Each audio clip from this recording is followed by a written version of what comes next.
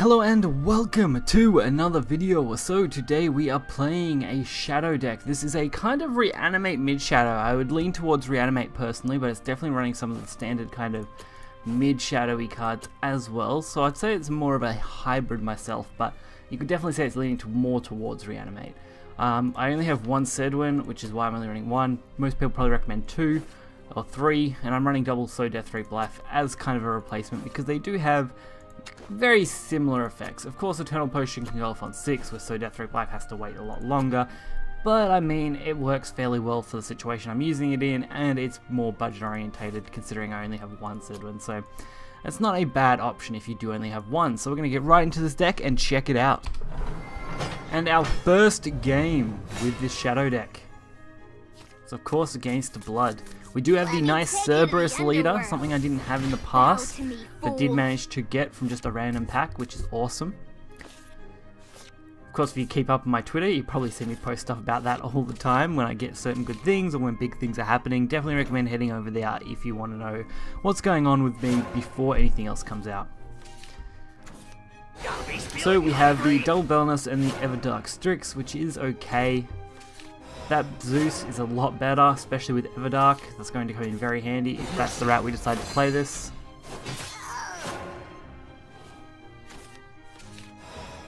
So there is the Belness. Belness is a pretty good play against this kind of deck in particular. Of course, I will need to get a little bit lucky because the best play I can probably go for is to kill the 2-2 and hope to kill the 2-1 at the same time. So it's a 1 in 3 shot with this Belness, and we managed to make that shot. Of course, I did play the Belness here. I really probably should have went for the Everdark Strix. I was just playing to the board at the time, wanting to really be able to put something that was going to be able to deal with multiple cards, and unfortunately I just went with that one. So, yeah, it's not a bad play, but it's certainly not the best possible play either, so why not? Playtime starts now!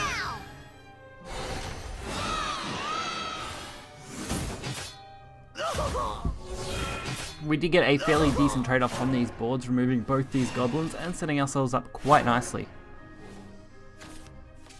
Of course, now we get a chance to use our Everdark on Zeus, and potentially draw another card, which isn't too bad at all. Getting another Peacock is pretty nice and going to fill out this board very, very well. We may not get a chance to use our Reanimate in this matchup, just because we are doing a lot better than the Blood player when it comes to aggression. I did decide to leave them at 12, didn't want to take them down any further than that, honestly, which is going to be the situation here. We don't want to knock them down into Vengeance where they could potentially burst us. So we're better off just kind of maintaining and just going for what we need to. Of course, with a pretty easy trade here, I can use the little Soul Squasher, which does allow me to keep my Peacock. And an extra little Soul Squasher just to fill out our board for a Demon Lord. Of course, I could have attacked with Peacock for 1, decided not to do it. Luckily I didn't, because the Snarling Chains would have put them in a very easy Vengeance, so definitely made the right play avoiding that. And there is our Demon Lord for a guaranteed lethal here. Way more than enough.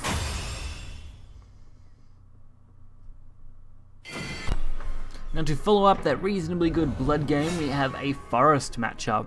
I mean, Blood and Forest seem to be two of the prevailing decks, so I think this does show this deck has some good matchups here. Or at least some reasonable games. So, Scullering, Gloomy, Belness, of course this does require some high roll to get this deck to work well and a little bit of luck, but what deck doesn't in this day and age? So Belness and Scullering are really nice. This hand is looking very much mid-range. Wanting to hit that mid-range curve instead of worrying about our Reanimate stuff. What a bunch of slobs. But of course we are going to get to use the Scullering exactly as we wanted to and go for a little bit of face damage. Being a little more aggressive does help in these sort of matchups. And there is the Wood of Brambles play.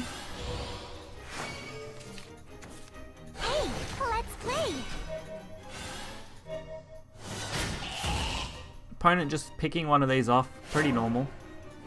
I could have went for a complete clear here, just by ramming the Belinus into the 2-2, but I decided to use Zombie Party instead, just to get that extra face damage. I really wanted to get them as close to lethal range as I could, just because I know how hard these matchups can be. Elegantly, gorgeously. So there is Fashionista. Not a card you see every day in Forest these days at all. At least not from what I've played. In the afterlife. And there's our trade-off. And of course, we haven't managed to get any kind of decent pull yet. I do decide to use an Everdark on a Gloomy because I don't really have many other options.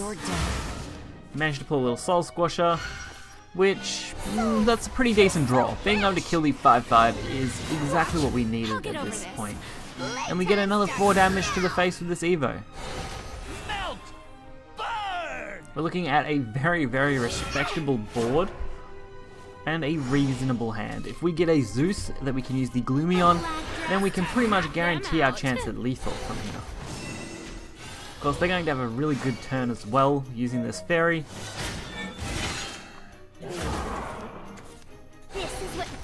And there is Paula Passionate Warmth? Yeah, I thought it was Wrath for a second. But no, Warmth. Another really good card. I actually have used that card myself and I enjoyed playing it. It's also got some really nice artwork on it. Hey, what's so angry? And there is our Sedwin. I do go for the Eternal Potion. I could have went for the other one, but I think the Eternal Potion was what I wanted. I'm really aiming for it, just because I know if I do manage to draw Zeus next turn, I am able to use Gloomy and Eternal Potion together. Which would almost guarantee a lethal at this point. But even if we don't, the Eternal Potion should come in handy later on. Hey, let's play.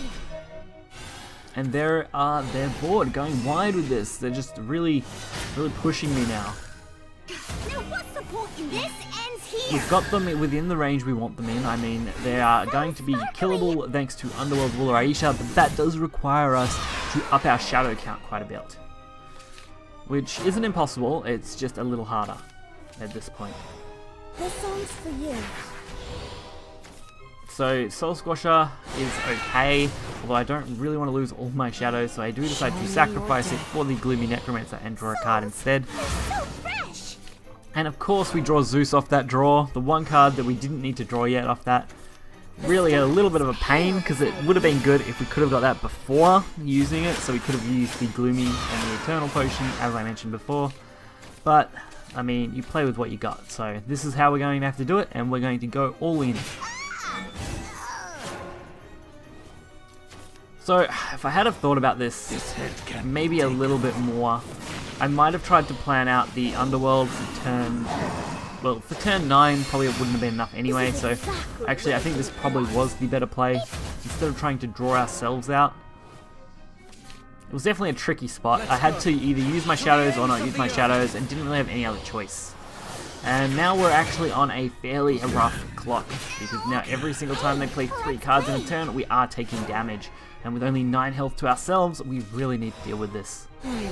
So we are going to use one Underworld Ruler Aisha to deal with their followers, and we're going to heal up a little bit with the Ceres. Please love me. Just to try and keep us out of range and counter their damage. This song's for you. And there's a Pure-Hearted Singer. And a Wood of Brambles, so nice play for them.